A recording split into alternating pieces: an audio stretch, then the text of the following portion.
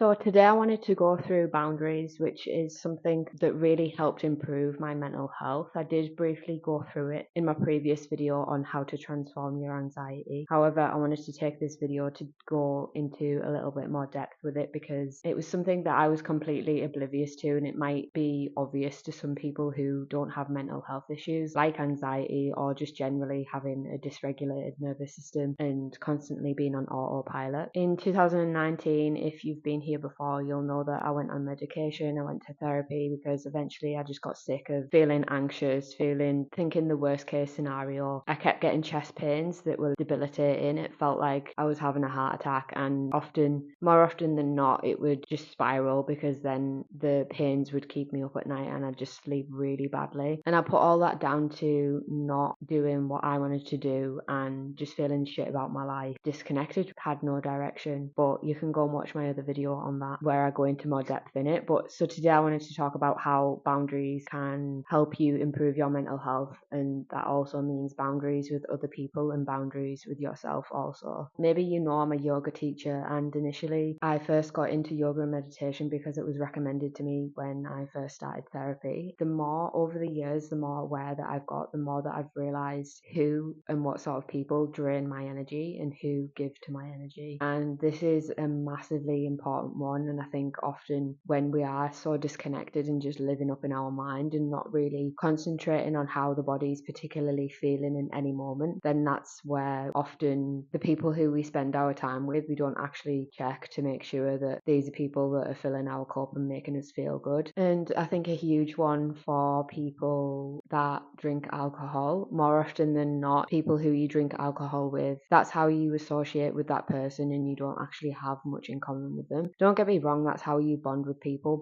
but for me, once I'd stopped drinking, certain people just didn't make an effort with me unless they wanted me to drink, and that's not something at the time that I really particularly wanted to do because I wanted to have a clear mind, I wanted to be in full control, and I just wanted to improve my mental health. That was not okay with some people, and unless I went to that person and started drinking with them, I wouldn't see them. So that goes to show what type of friend they are. It leads me to my first point, in the sense that doing things that you don't want to do, like actually check in with yourself and ask yourself, do I want to go to the local pub and just sit and drink beer all day? I started jiu-jitsu, I started practicing yoga, personal training in the gym. These things were just so much more exciting. I was getting so much more enjoyment than sitting at the pub having dead-end conversations with people that I wouldn't normally meet outside of drinking. I've always been someone who's been determined. Like, I went to Ibiza by myself when I was 18 in 2013. I've always done shit that people are like, what the fuck are you doing? Like, you're so brave. People always question, or like, how did you stop drinking? And don't get me wrong, like, there was occasions where I'd have a few drinks or I'd have one. Got to the point where I would have one and that would just disturb my sleep. So then when I started Brazilian Jiu-Jitsu, I would way prefer to be open, completely fresh and have a decent night's sleep than to have one beer, one drink, one glass of wine. For what? Like, it just wasn't worth it in the end. So really check in with the people that you surround yourself with if you are struggling with anxiety, stress, or any other mental health issue. Check in with yourself and question, do they actually make me feel good, or do they drain my energy? And what particular activities do you bond over, and do they make you feel good? Because can potentially be an energy drainer. And also, even when you're in the presence of these people, when I started to become more aware, I realized some of the comments that people make that you probably don't realize are quite hurtful. So this goes to show, when you do meditate and when you do practice yoga, they create the space in between the thoughts and actually make you tune back into the sensation of your body. So then when you are around people, you notice how your body feels when you're around people. And obviously, if someone's not making very nice comments about you or not being a very nice person in general, then your body's not going to respond well to that, and you're going to actually notice. Instead of constantly just being in your head and wrapped up in your thoughts, in your anxiety, you're actually going to notice the sensation that how someone's making you feel in your body. So that, for me, because I was so wrapped up in autopilot and just in my thoughts and in my worry, I would never really ask myself or be able to feel in my body how someone was making me feel when I was spending time with them. And it's the same thing with alcohol, to be honest. Like, who even enjoys hangovers? Like, don't get me wrong, it's fun when you drink, of course, but hangovers are just shit. And why would you, if you have any sort of self-respect, in my opinion, why would you be putting that stuff in your body? Each to their own. So the more that I tuned into my body, the more that I noticed that drinking makes me feel like shit. Got off on a tangent talking about drinking, but yeah, it related in the sense that boundaries with others. And you could say, like, a lot of the time, oh, go on, have a drink. Like, no. And that's another way of determining the people who have your best interests. Like, someone said they didn't want to drink, I wouldn't be like, oh, go on, have a drink. It's like, no, just respect that they don't want to have a drink. And that goes to show, like, the amount of respect someone has for you and how they're respecting your boundaries. It works both ways. Like, if you respect someone else's boundaries, then they'll respect yours. That's what creates a kind human being, if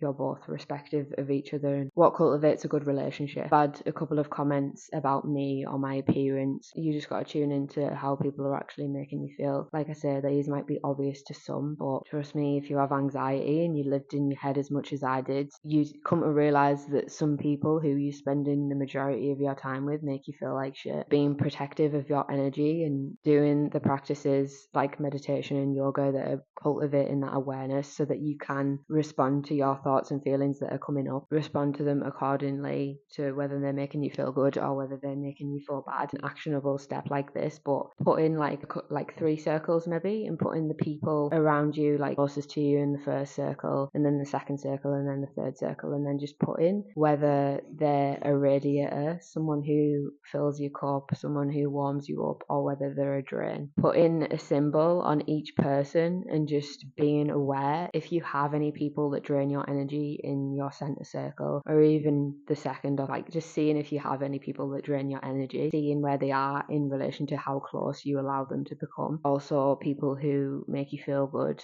and determining where they are, and maybe spending a little bit extra time with the people who fill your cup, and maybe creating some boundaries with your time with the people that drain your energy, depending if they're family, if they're friends, and how severe the draining is. And I think a lot of the time it can be quite difficult because there might even be family members, people that you are quite close to, but they kind of fill your cup but also drain you at the same time. But I think you've got to question how much benefit are you actually getting from this relationship, and question the boundaries that you then are going to apply to that. Like I said, I'd reference yoga and meditation in every single video, but this is why yoga and meditation is so important. And eventually, like, it wasn't the very beginning of my journey that I actually, well, tell a lie, I moved into my dad's in 2019 because I just couldn't take it anymore. A specific environment that was just like constantly mourning and constantly complaining and putting me down. So I did move out of an environment that wasn't serving me, that wasn't making me feel good. So you could say that was my initial boundary, but also about having that awareness from your yoga and meditation practices, and even your journaling practices, to make sure you're aware of what thoughts and feelings are coming up, so then you can act accordingly to make yourself feel better. Instead, I was just stuck in this cycle and stuck in an environment that wasn't making me feel good, but I lacked awareness of it because I wasn't checking in with my body. I wasn't asking myself how I was feeling. I was just completely ignoring all of the warning signs of like my body being tense, etc. And then that's when I just had enough, and that's when I started my healing journey. So that is boundaries with others. I probably could go on and give a couple more examples, but if you have any questions, just pop them below or message me. You can't have boundaries with others without having boundaries for yourself, because there's that saying where you set the standard for how you want to be treated. And the first one is, I'm going to say, put in your basic needs first, because people pleaser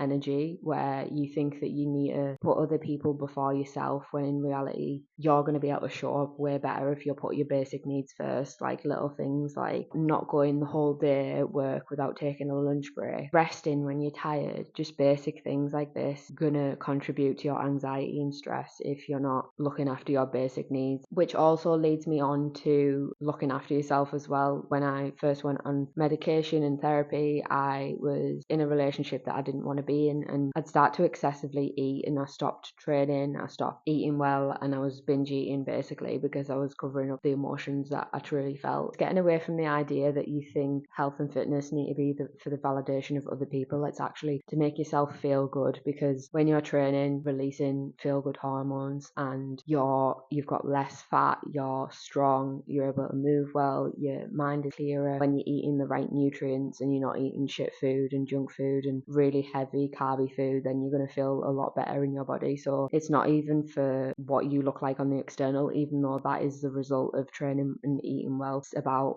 the way that you're making your body feel, stand out into all of the areas of your life if you feel good in your body. More recently, reminding myself to actually get ready. I've never been one to really wear that much makeup, only when I used to go out in nightclubs and get absolutely wasted. However, I do think that when you look presentable, when you wear the right clothes and you feel good in your body, your energy is just completely different. That's why I try and make an effort, even though I don't put any makeup on. So it's about being able to speak up when you are not meeting your basic needs, about doing hard things as well, because I think if you don't do that for yourself, then training and eating well, like, it is effort, but like, you're the one benefiting from it because your mind and body is going to feel way better from it. So it's like, if you can't do those hard things, then you're going to be lacking in motivation. You're just going to feel like sluggish and not very good. So that's why, like, people who are like at their peak of fitness and health, like, they're just at it and they're up and they're getting it because they feel so good about themselves, because they feel good in their mind and body. It's a compound effect. I think the first thing that you do when you have a glow up is physical transformation, like you're training, you're eating well and stuff like that, because that is the effect of that, is that your mind and body feel good and you also feel good in your body as a result of doing those things. So yeah, you've got to do the hard things to make yourself feel good,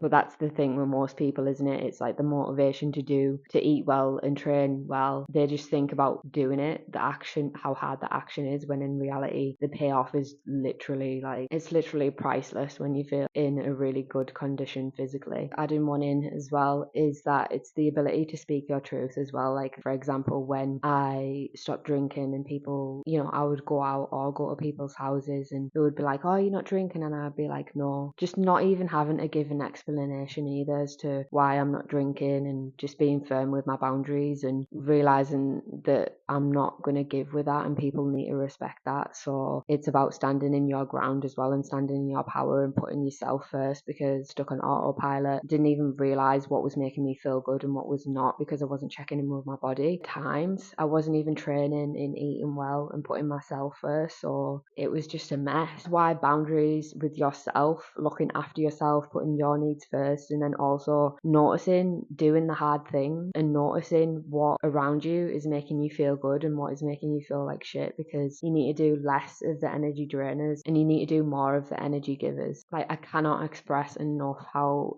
fundamental these things are for your mental health, and you really come to realize it can be eye-opening, so, which is quite sad. But yeah, just do more of what lights your soul on fire and do less of what makes you feel like shit, and that in itself is going to improve your mental health like tenfold. And it's exactly why I quit a job that I hated. No matter how I've done it, I've been determined into doing what I want to do, because my mental health was really bad and I just never ever want to be in that place again. Over the last 5 years, I've pretty much been improving my mental health just to get to the point where my nervous system isn't dysregulated and I'm not in a constant state of panic or worry. There's no tension in my body and I actually feel like myself again. So to recap how boundaries with yourself and with others are going to impact your mental health. With others, it might be obvious, but don't do anything that you don't want to do. Being aware of how people make you feel when you're with them. Like, after you've been with someone or been with a group of people, do you feel energized? Do you feel good? Do you feel relaxed? Or do you feel like you're constantly overthinking what they were saying, or they were saying not very nice things? And maybe doing that activity that I told you about, questioning whether someone drains or